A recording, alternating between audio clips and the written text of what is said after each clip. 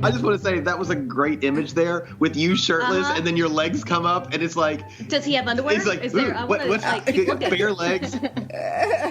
Oh, take it off. Take it off. Strip to you. I didn't manscape enough, so. Oh my God! I hope you're recording that. Welcome to Normalizing Non-Monogamy, the podcast where we interview incredible people from across the entire spectrum of non-monogamy to hear their funny, sexy, and fascinating stories as they take us on their journey. Sit back, relax, and just accept the fact that your time with us will be spent in an awkward turmoil of laughter and arousal. We should also let you know that this podcast will hopefully include some explicit language. If that kind of thing offends you, we suggest that you keep listening until it no longer does. If you're under 18, you either need to stop listening or go get your parents and listen as a family. The choice is yours. Enjoy! Welcome, everyone, to episode 5 of the Normalizing Non-Monogamy podcast. I'm Emma. And I'm Finn. And today we have a kick-ass episode for you guys with our new friends, Bradford and Angela of By the By podcast. Yeah, normally we are planning to do one episode per week, but right here at the launch we decided to spoil you guys and put a couple extra out there. So we hope you guys enjoy this double header, and we'll be back at you like normal next week with a really cool interview with a brand new couple to Swinging. They've been doing it just a couple of months. So that one's really exciting, and we'll see you guys on the other side. All right, so thank you guys again for trying this. The first time we did it, we didn't really have a great connection, and we had an awesome conversation, but nobody would have been able to make out what we were talking about. So thanks for setting aside That's basically us normal. Yeah. Well, thanks for setting aside an hour or so for us on your Sunday, and we appreciate it. Oh, an hour. Oh, man. I only set aside 10 minutes. Okay. Okay, well, you're going to have to talk fast because we got a lot of questions. We got 47 questions to get through in the next 10 minutes. Awesome. So question number one is, can you tell our listeners just who you guys are for anybody that's not familiar, which I don't know why anybody wouldn't be at this point, but... You never know. You never know. There's a couple of people out there, I think, who still don't know us. So I'm Bradford. And I'm Angela. And we run By the By podcast. I've been doing it now for about a year and a half.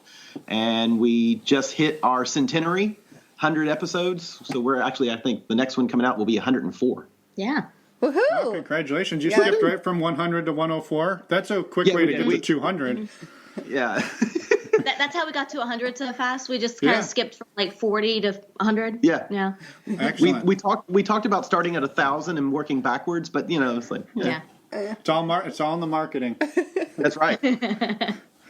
So for anybody that doesn't get to see you like we do, could you tell everyone at least maybe roughly your ages? And it looks like we're talking to a man and a woman, probably married.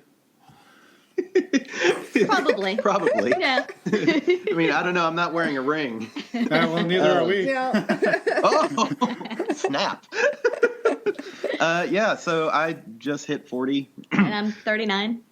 Yeah, and we've been married for 5 years. Yeah, together for something like 6. No, wait. We've only been married for 4. Oh, that's right. Married for 4 years. We'll fix that in post. Married for 4 years, but together for 5 years. Yeah. And yes, cisgendered male and female. Yes. Yeah. But not necessarily a normal construct for your marriage. Not that there is such a thing as normal, right? We just said normal is just an average, right? Yeah, So, exactly. I guess how does your relationship look roughly? And we can maybe dig into it a little deeper as we go. So we do have an open relationship, and that is a very big umbrella term that encompasses a lot of things. I would say that most of the time we identify as swingers.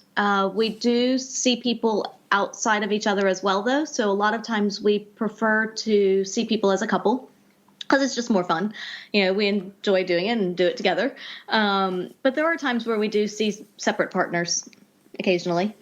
But yeah, we've been open from the very beginning, and it's just worked for us. Yeah. And there's also a bit of the polyamory in there as well, because we have a consistent boyfriend that, gosh, I think we've been seeing him for about a year now. I think we just passed our swing anniversary. Yep. So yeah, it's that's exciting. It's funny. I'm more polyamorous than she is. I'm quick to have feelings for people, and I love that feeling of limerence. Yeah. So we'll definitely revisit the boyfriend in a second, but I guess had either of you guys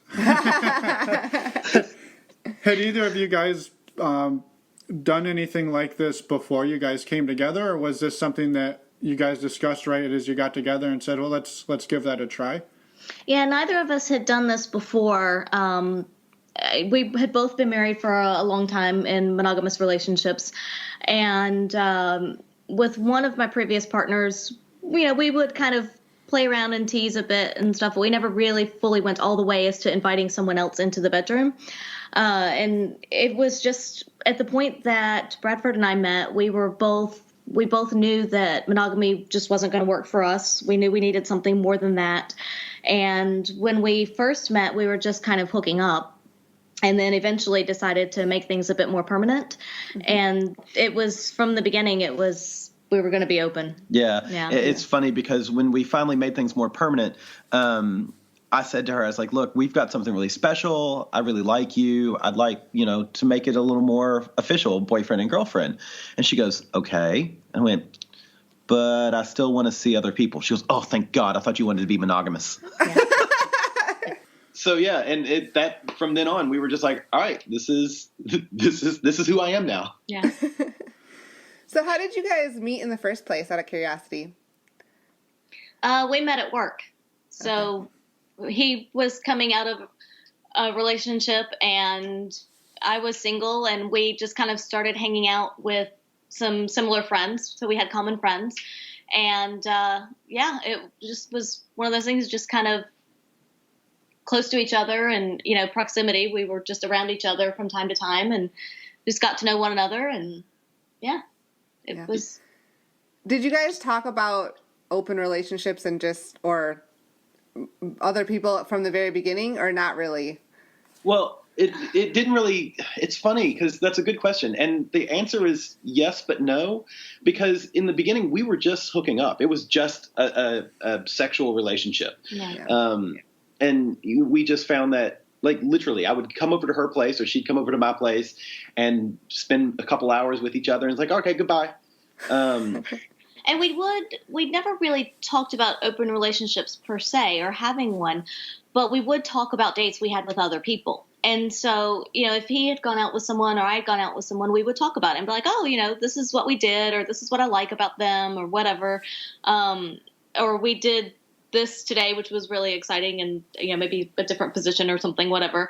But it was, we just talked about that, but never really as a, hey, if I were to go into a relationship, it would be an open thing. And that never came up. Yeah. And it's because it's funny. I can remember vividly coming over to her place after both of us had a date, and her date had left her apartment, and I had left the date's apartment, and coming over to her place, jumping in the shower. And then she's, sitting on the sink or sitting on the toilet, just talking, and me spending the night with her. Mm. I mean, that was months in, because in the beginning we didn't spend the night with each other, but it was just, that was normal. Yeah. Right. Like, there was just no taboo around it at all. It was just part of the way that your relationship came together. Yeah. And it's interesting. And I know that's rare. I know that. Yeah. Yeah, and for us, sex is a very important part of a relationship, and there wasn't taboo around it for us, and so we would talk about anything and everything. It was just a normal part of things for us, and it's an important part of a relationship, like I said. So it's something that we wanted to talk about. Right. I mean, it almost sounds like your relationship just sort of morphed into it went just very naturally and organically just developed into what it is now, and I don't know. Seems like there's not really a line of demarcation of how it happened one day. It was kind of. Yeah, and it's not. It is. You're absolutely right. It's sort of just it happened sort of kismet. It was the way it was supposed to be. And I can't think of a better setup, because we never had to go through the we never had to go through that questioning jealousy that some couples go through. Yeah. And we never went through the, is this the right thing for us kind of thing that some people go through. It just was who we were. And because of that, I think it strengthened our base. Yeah. Right. And at first it was more, we did see other people separately just because that was kind of how we started out. And he had a couple that he played with. He was their third a couple of times. And then after we started dating more seriously, they'd had some discussions and decided to invite me in. And so we played with them together. That was our first swinging couple. And after doing that, it was like, wow, we really enjoyed this. Let's do more of that. Yeah. So that was kind of our evolution, was going from seeing single people separately to seeing couples together. Right. Yeah. Yes, and that's really cool. And there was never any jealousy or anything early on. Like when you said you just show up at her apartment after you guys both had a separate date, there was never like hints of like, oh, was he better than me? Was she better than me? Or nothing like that. It was just kind of like just naturally to come over and continue on the evening. Yeah, I know that's strange, but it was always one of those things that there was such excitement hearing about, her playing with people. And it's funny because I never got jealous because she always came back to me. Yeah. So we boomerang, Yeah. and now we're in Australia.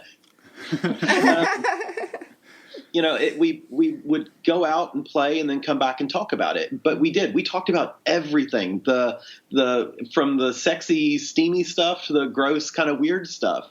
And I think that was part of the fun, was, hearing about, his adventures with partners and what happened, and, funny, awkward moments and the sexy parts as well. But it was always exciting to think, what was it that you were doing? What did you like about it? What was good, and how did it feel, and that kind of thing. And it was just, there never was jealousy. No, that's fantastic. I know.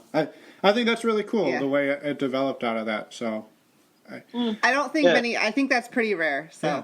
Oh yeah, absolutely. I think that is definitely, we've never really met any other couples that have done that. Close. We've met some couples that have been together for a long time and started out swinging. And then we've known one couple that got together. They were both swingers already with other partners. But yeah, it works. It works. So you met when you were living in the States, right? And then moved to Australia together. Was there a transition in your relationship style at all with that move? Like reinventing yourself at all down in Australia? Yeah, I would say that because it's a bit tough too, because we had only really started kind of getting into the swinger scene and that kind of thing when we were in the States. We hadn't been doing it for long before we moved. Yeah, because we got married in January and then moved overseas in June. Yeah. Oh, wow. And so we were just kind of getting into things there, but at the same time we were a little quieter about things. I don't know if that would have changed as we got into it more. Knowing us, it probably would have. But I can't say for sure. And so it was a thing, our friends knew what we did and people that were close to us, but we just weren't as vocal about it and as open with the general populace, I guess. Yeah. After we moved to Australia, though, we made a conscious effort because we had to meet friends. We had to meet people. We didn't know anybody down here really. And so when we were meeting people and making friends, we sought out like-minded people. And we were very open and honest from the beginning, what kind of relationship we had. And when we would go to events or do online things, we would always say, like in profiles, that, we are looking for both pants on and pants off friends. And so we're looking for people that if we like you and we want to play, that's fine, that's good. And if not, we can just be friends. But at least, we don't have to filter ourselves. We don't have to hide who we are or what we do. And so we just kind of sought out that kind of community once we moved here. Yeah. Yeah, no, I think that's very similar to us as well. We've moved a few times, and every time we've relocated, it's sort of like, well, we need to make a new community of people here. We might as well find people that we can talk about anything with. And exactly. So yeah, it's very liberating to not have to have a filter. And I was talking. I was just trying to think. It's like, I think all of our friends, every friend that we have, I think in some way, form, or fashion, is connected either to the kink community, the LGBT community, or the swinger community. Yeah, and more importantly for me, I don't have to wear pants that often, and I hate wearing pants, so. But so I promised we'd circle back to the boyfriend. Oh yeah. The name of your podcast lends me to believe that potentially at least one of you is bisexual. Is the boyfriend a boyfriend of Angela's, or is it a boyfriend for both of you guys? So we are both bisexual, and he's a boyfriend for both of us. Yeah. Yeah. He's pretty awesome. Yeah. It's really nice because he's able to. We're serious enough with him at this point. Not like going steady serious, but it, especially for me, it depends on separate play can take different forms. And with him, again, this goes back to the whole not having jealousy thing. But after playing together with him a number of times, somebody was traveling somewhere. I forget which one of us was traveling. And the other one was like, hey, do you mind if I see him separately? And it was just, and so we're like, actually that's kind of cool. And so there have been times that we've seen him separately and played with him. But most of the time it is us together. And we did an interview with him. I'd have to look back what episode it is, but we did an interview with him. And he said that what he really likes is he likes the dynamic of a couple. And the chemistry there. And so that is what appeals to him about being with a couple. Mm-hmm. And it is really nice that we can have that freedom to play back and forth individually or together. And it's comfortable. It's easy. He's a great guy. Yeah. Right. Yeah. And we'll link to that episode in the show notes too. We'll find it. Yeah. We were curious too on, had you guys both come out as bisexual before you moved to Australia? And if so, I guess if you could just compare and contrast sort of what that's like in the U.S. versus what it's like in Australia, maybe? So I did. I came out before we moved. It's interesting. It's really interesting. So being air quotes straight in the States for so long, and then suddenly you come out and you're like, hey, I've got a boyfriend. After divorcing my previous partner, people look at it as if it's a secret. It's like, so you tell them something and they feel obligated to tell you something. And mm-hmm. so you would tell people, hey, I'm bi, blah, blah, blah, blah. And they'd be like, well, I had an abortion in college. I'm like, you don't have to tell me this.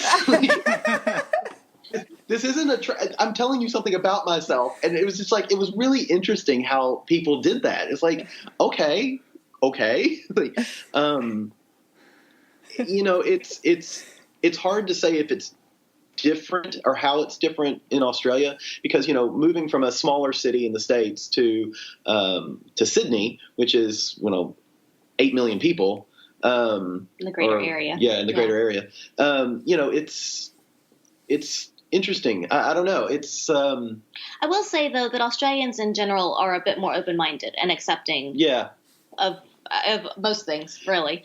And so I think that definitely helps. And there are parts of the U.S. that are like that, but the Southeast is not always so accepting. Yeah. No, it's not. and that's, I was very lucky. My parents were pretty supportive, and they didn't really care as long as I was happy, kind of thing. So yeah, I wouldn't, it's funny. I'm trying to think, is it different?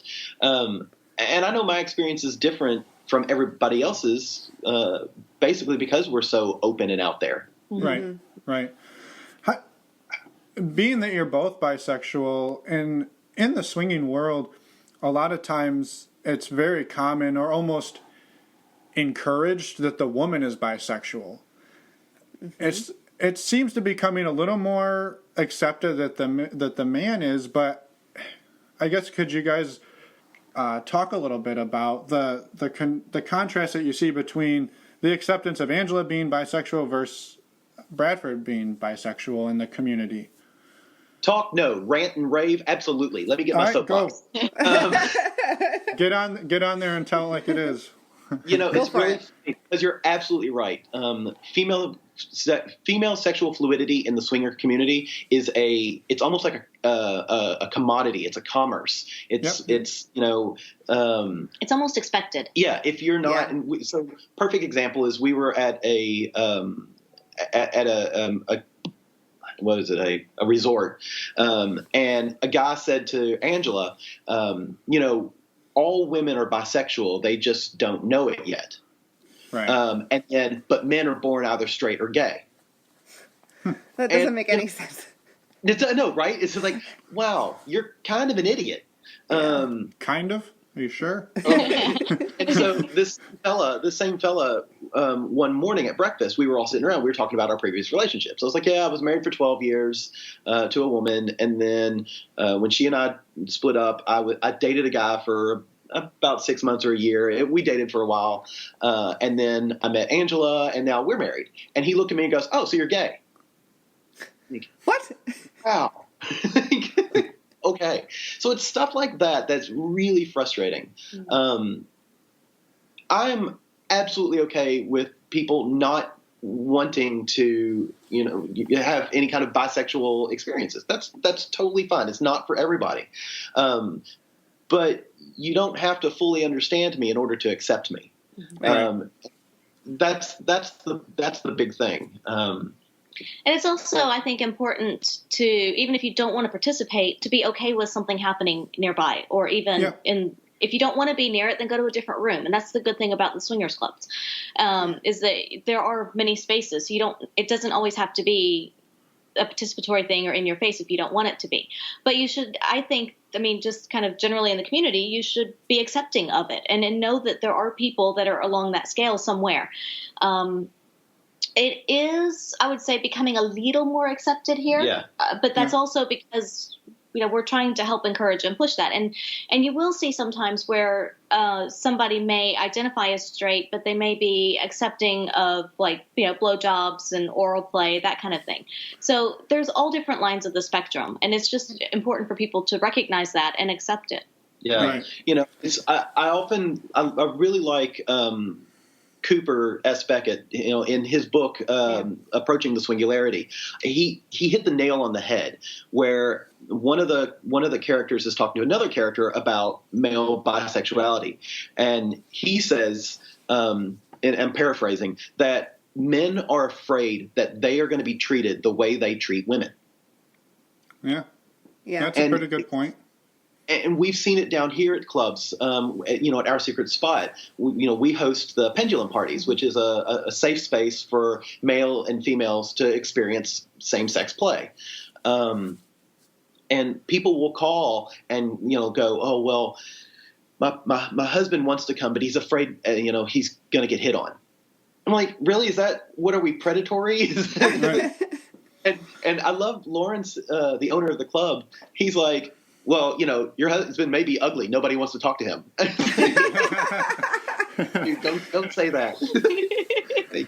It's just, so it gets frustrating how the ignorance and the invisibility and the active erasure of bisexuality in the community, which is why we stand on our soapbox like I'm doing right now and really preach, and like you guys, trying to normalize it. There's nothing wrong. Yeah, but it's not even that. It's the double standard behind it that I think is the frustrating part, because you come across profiles all the time online where it's like, well, the way we like to play is the girls are going to make out for a while and then the guys might join in, but that's about it, or we only play if the other couple has a bi-female because that's super important to us. But, you never see a profile. It's like, well, the guys are going to make out and play around for a while, and then maybe the wives will jump in. I've never read that on a profile, and so never read our profile.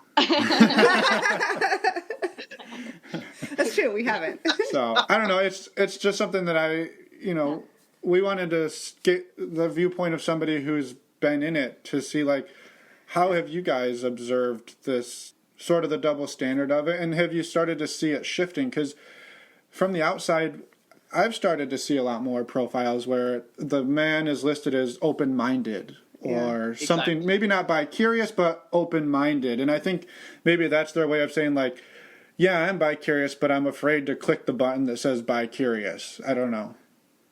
Yeah, it's interesting that you bring up the profiles because we've talked to a number of people over the few years we've been down here about their profiles on dating sites, because a lot of them will say that the male is straight, but then when you actually talk to them, they are either, accepting or whatever. They may not be fully bisexual, that's fine, but they're okay with some guy play, but they won't put it in the profile.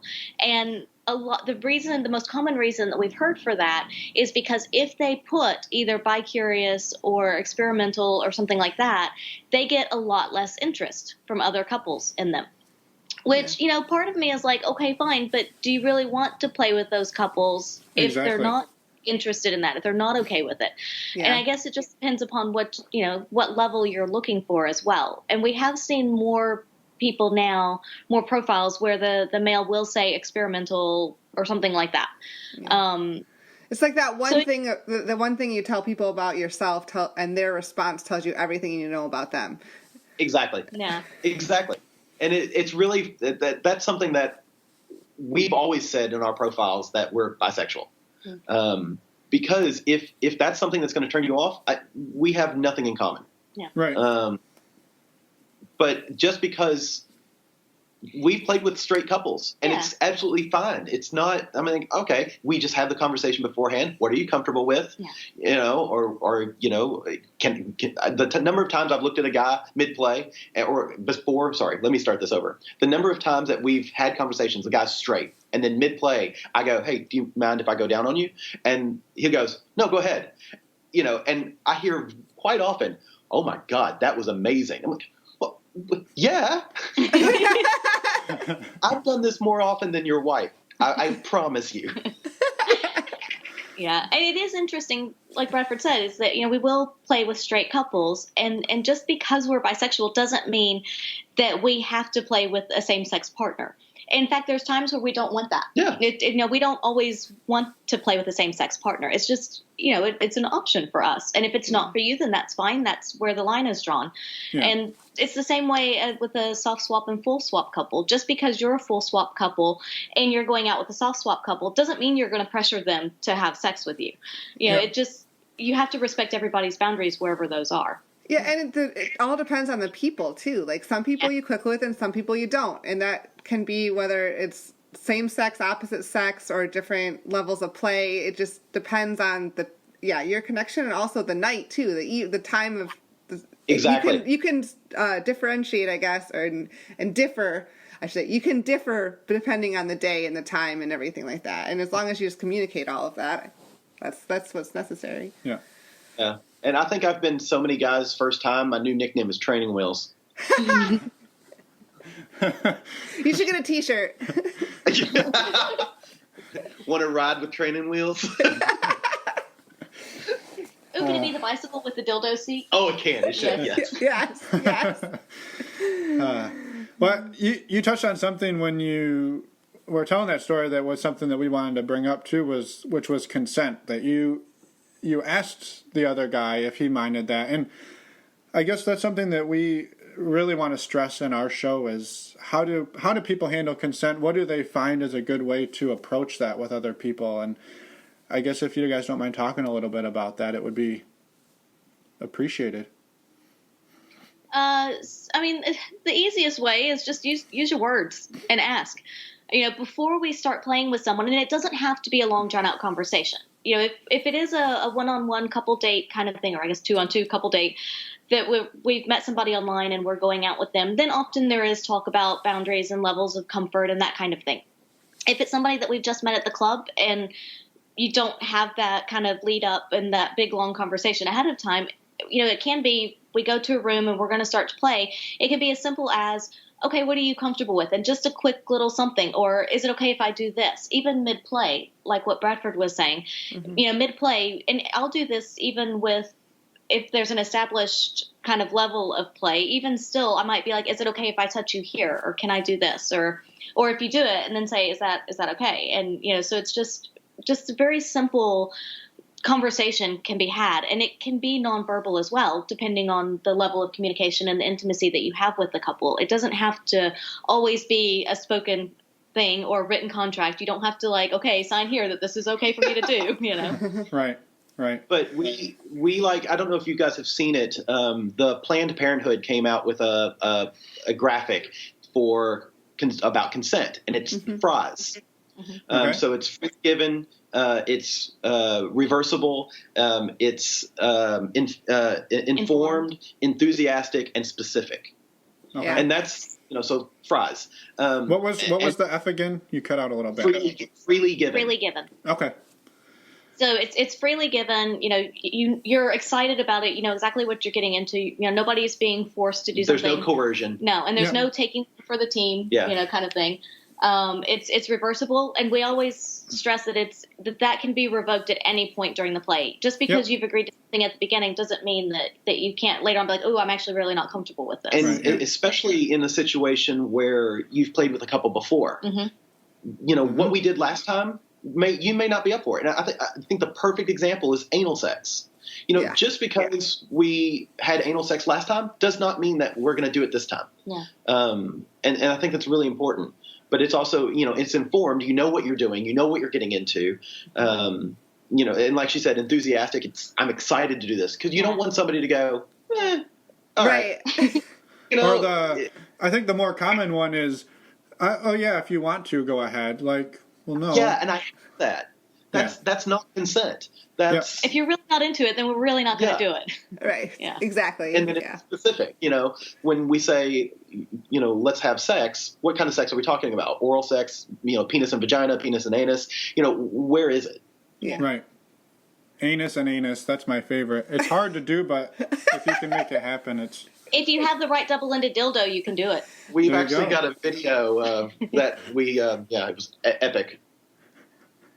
We'll link that in the show notes. Just saying. What'd you say? I said it wasn't between the two of us, but we should try that. It was her and another partner. Double-ended dildo. It was a magical experience. Huh. I never... Yeah, you didn't even think you were trying to make a joke. I know. Here I am trying to be a smart ass, and you're just like, oh, yeah, we do that all the... That's called Tuesday, dumbass.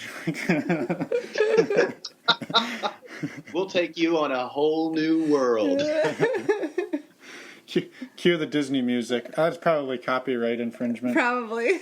I'm sure they're fine with this discussion.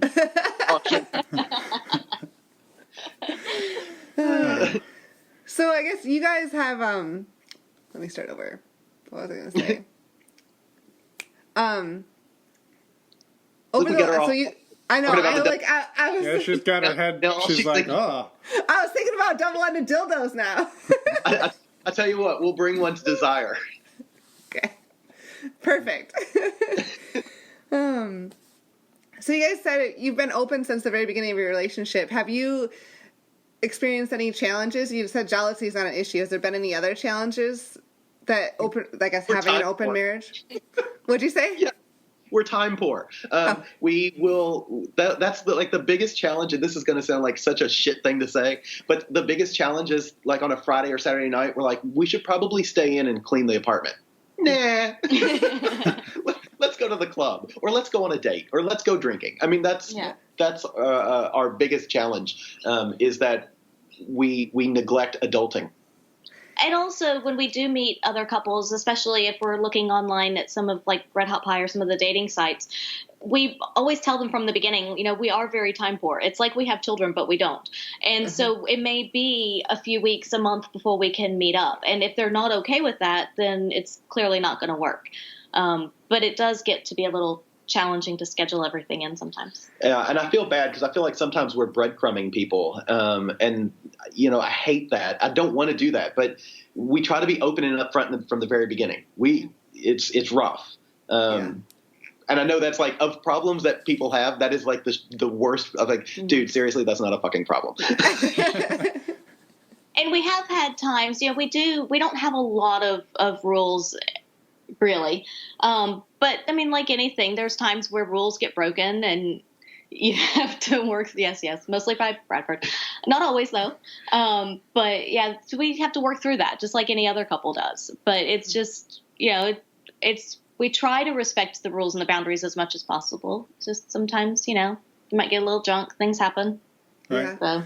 Do you mind if we pry into what some of those rules are, just for maybe somebody new who hasn't really gone down this road yet? Like what types of rules are out there, especially for a couple who came into this basically wide open from the beginning? We really only have 3 rules, really. 4. Oh yeah, 4 rules. I always forget this. That I know. rule. I always forget the 4th one too. Rule number 5 is don't forget rule number 4, right? Rule number 5. There are actually 4 rules. Wait, what? So of course the first one is we always play safe. Always use protection. Always using protection. But with that said, neither one of us use condoms for oral sex, Right. nor do we use dental dams for women. But any penetrative vaginal sex is with a condom. Okay. I make that point vaginal sex because anal sex, I'm the only one with her that is the anal man. I'm butt man. Which is funny because, my ass is basically the Oregon Trail. Everybody's gone down it once. I'm kidding. But of course we're always wow, I could. I was going to make a joke about getting dysentery and having to ford the river, but no. I won't go down that road. So.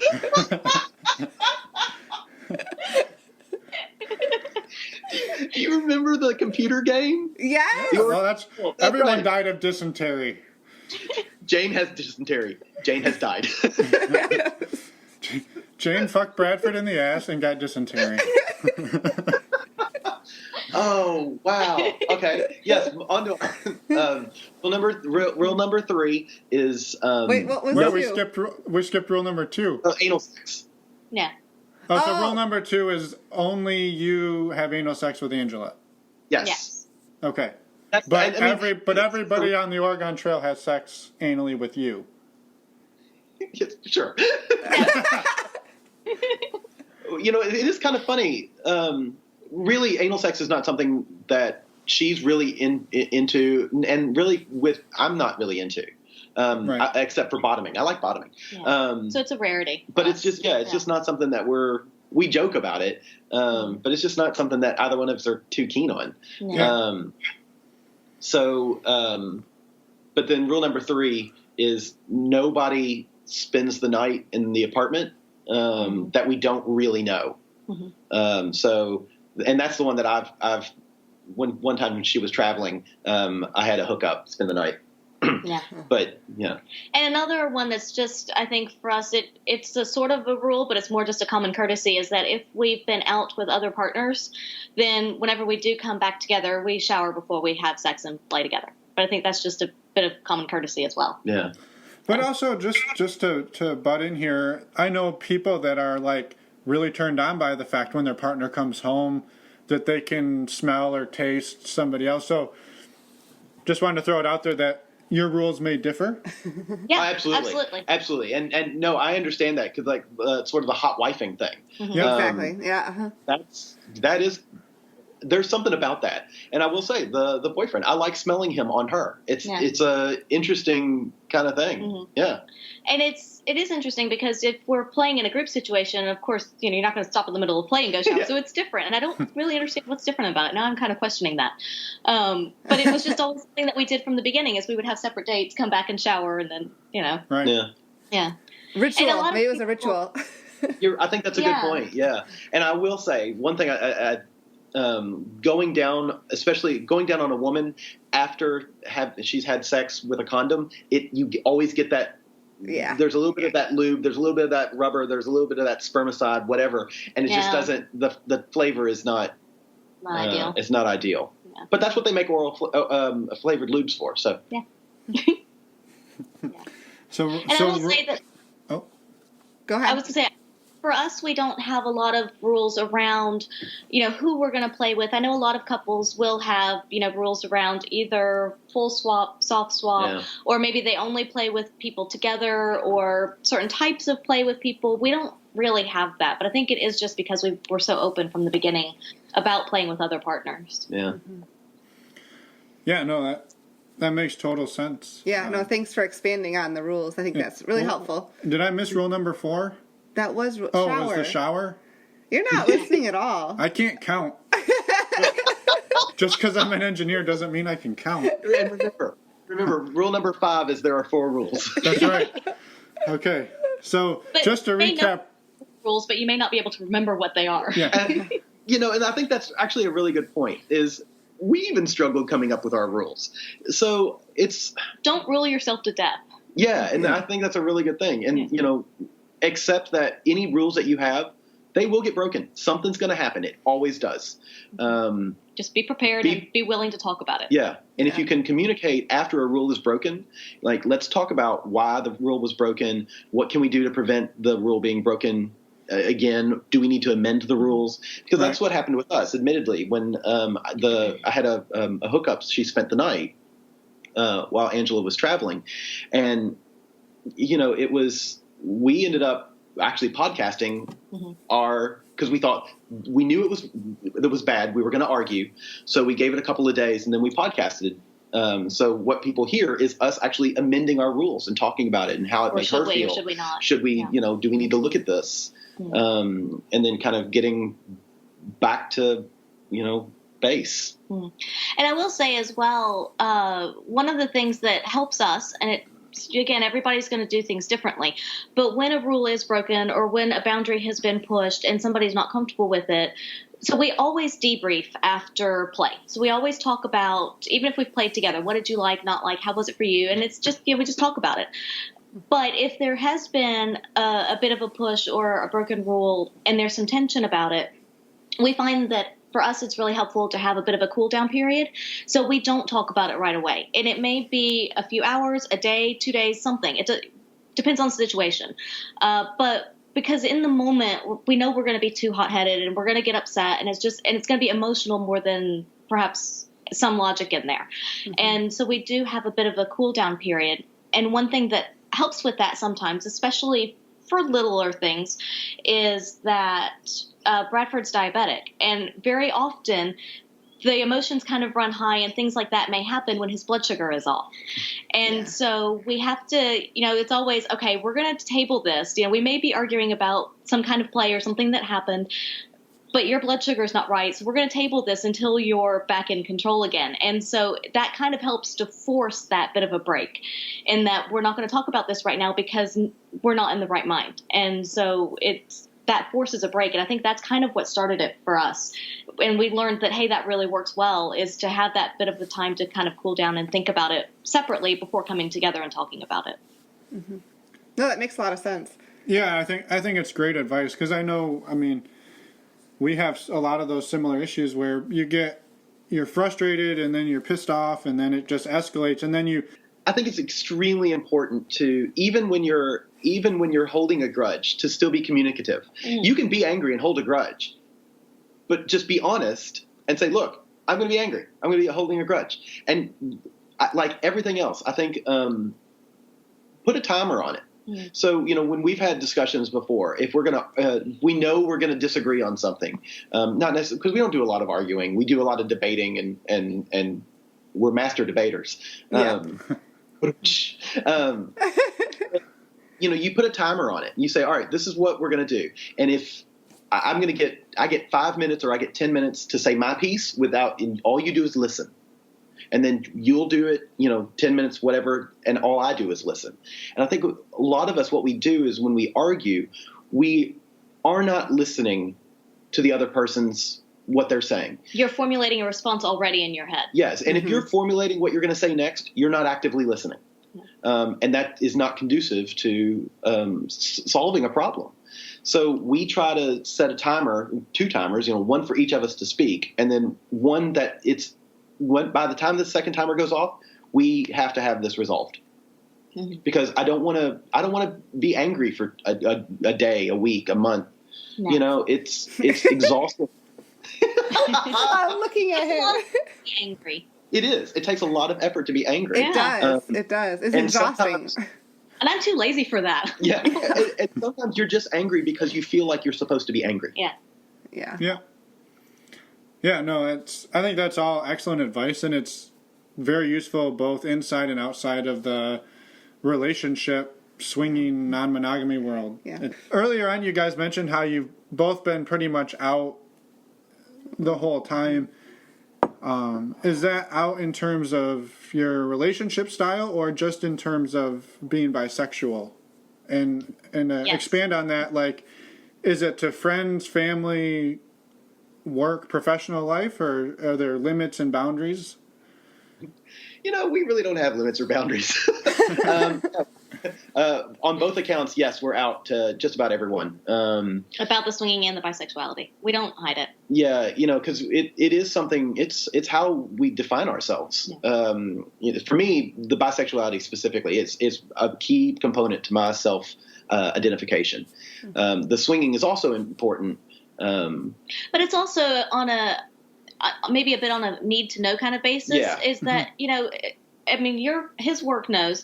Many people at my work know. Some people know but don't really understand. And so if it happens to come up, you can see the confusion and then they just give up trying to process it. That's fine. And then some people, if I don't talk to them very much, well, then they don't really know. But that's kind of everything in life. They may not know that I play softball or whatever. I don't. Right. But, again, there are... You don't play softball. I don't even know this about you. But there are things that not everybody at work knows, kind of, but it's not any different. It's not like we actively hide anything either. Right. If somebody says, well, what did you do this weekend? We'll tell them, we went out or we had a date or whatever. It's just, But you also don't go into like the gory details. Like, well, we were in a 24-person orgy and. No. But, I do have one colleague that I do. Yeah. Yeah. But she's your best friend, though. Yeah. Yeah. But no, and oftentimes at work, even if somebody says, or out, if, just meeting other friends, if somebody says, well, what did you do? And I may say, oh, we went to the club, da-da-da. And most people just assume a nightclub. They don't it doesn't even cross their minds that there's any other kind. Or if you say I went on a date, assume that you mean between the two of you. Yeah. Yeah. It was between the two of us and another couple. And so it depends on, again, how, if they ask more questions, then I'm absolutely open and honest with them. But most people just do their assumptions because really when somebody asks, what did you do on the weekend? They don't care about the answer. No, they want you to ask them what they did on the weekend. Yeah. Exactly. Yeah. But we both fall under the sort of the idea that the hardest thing to do is ask a question. A lot of people assume that answering the question is difficult, and it's not. It takes courage to ask a question. And if you've got the courage to ask a question, then we've got the courage to answer it honestly. Yeah. Right. Yeah. That's a really good point. Yeah. You guys are so freaking insightful. making us sound bad over here. I'm not. I'm going to have to edit some of your intelligent answers out so we don't look bad. The whole point of our podcast is to make other people sound smart. Oh, that's right. Well, that should be like your subtitle, making other people sound smart. Yeah. We're dumb, so you seem smart. That's our tagline. Oh, You're so hard on yourself. Yeah. Jeez. Oh, yeah, that's your job, right? All right, we'll edit that out. So do you guys have a couple pieces of advice you'd want to share with listeners who are maybe new into this or that you wish you would have known at the beginning? Do you want to take I know, I was like, right. I'll start. I would say, there's this really great image that was given to me when I had a colleague that retired. And it's a photograph of a chalkboard. And it's a circle that says your comfort zone. And then another circle outside of that, which is where the magic happens. And so I would encourage people to push their boundaries, to just try different things and try something new.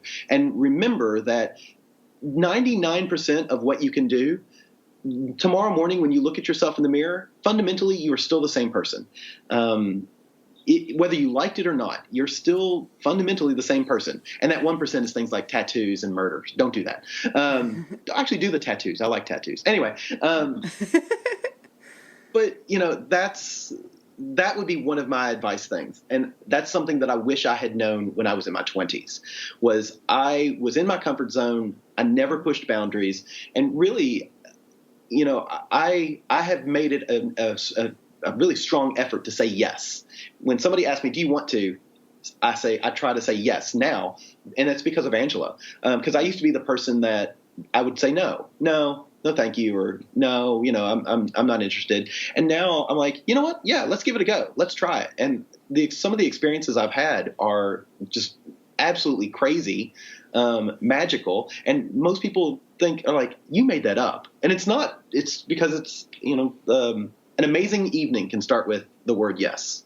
Mm-hmm. Yeah. So that'd be my advice.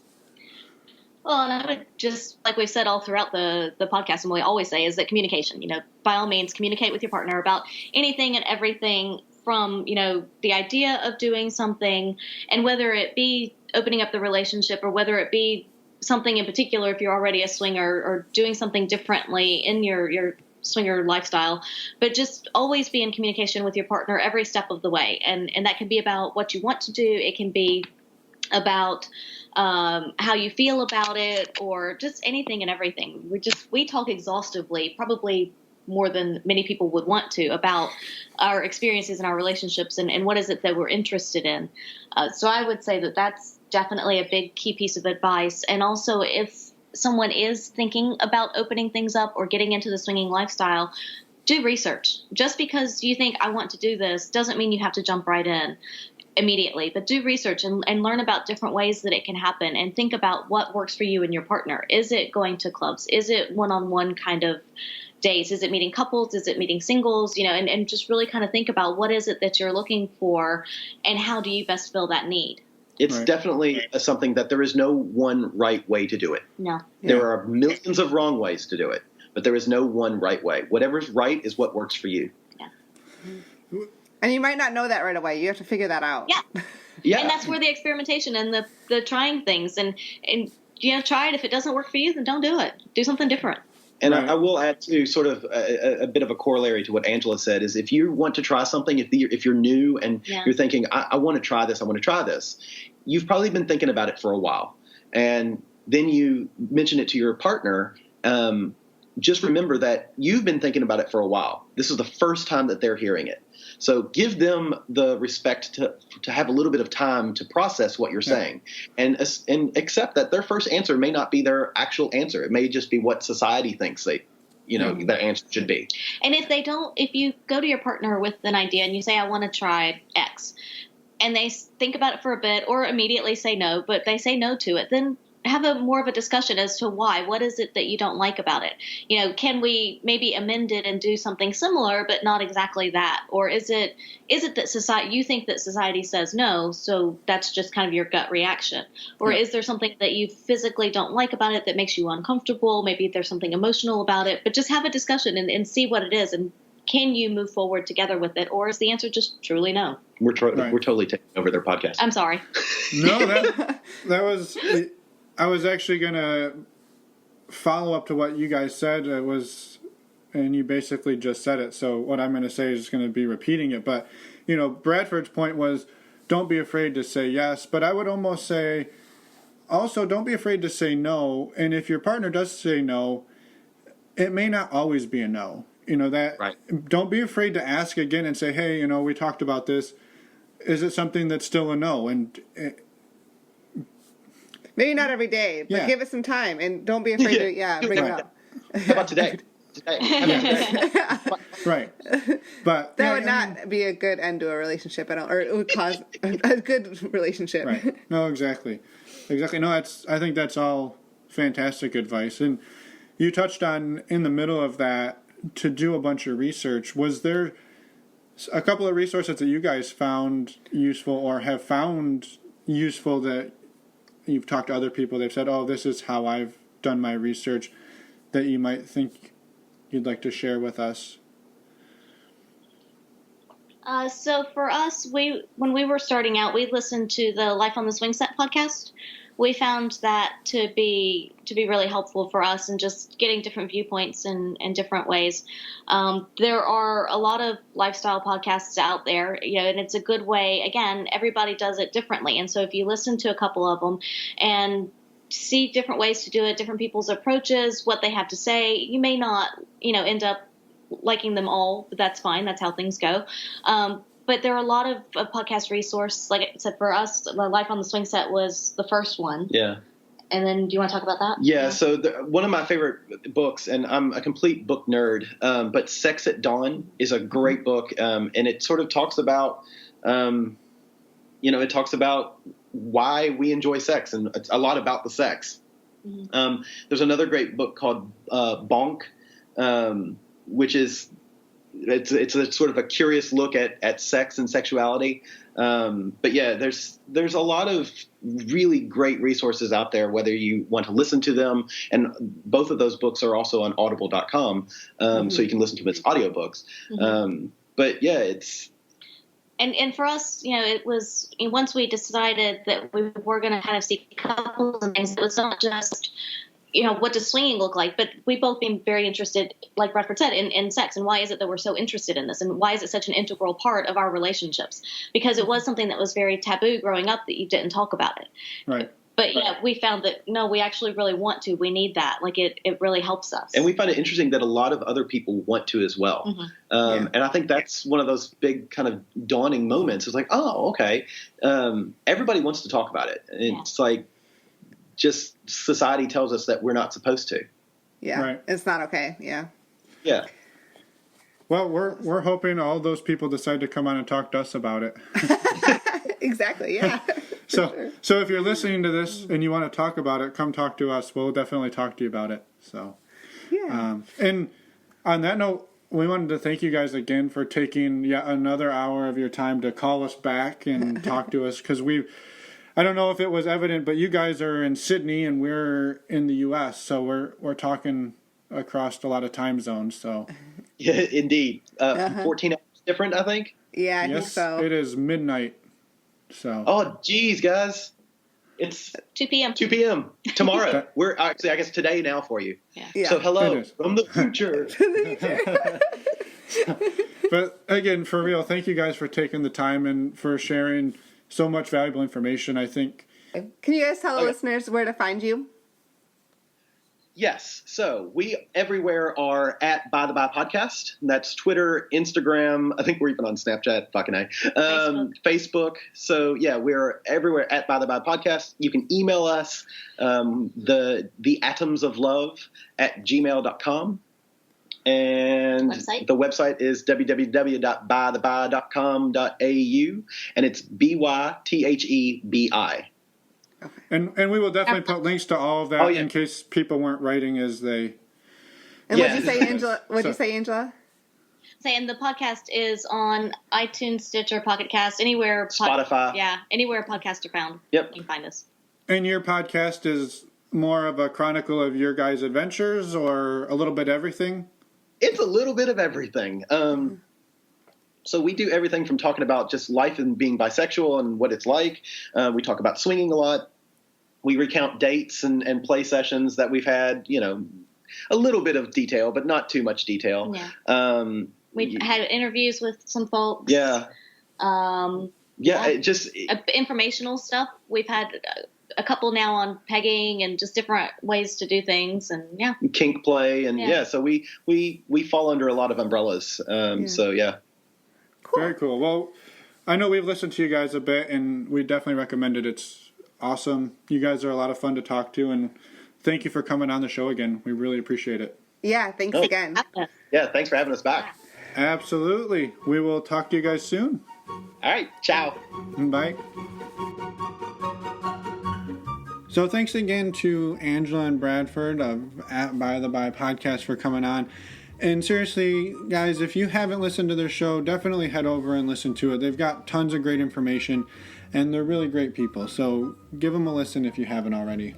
Yeah, and we also wanted to just quickly mention, if you want to comment or give us some feedback or be on our show, or even just if you have a question, please reach out to us at normalizingnonmonogamy.com. You can find us on Twitter, also at NNM Podcast.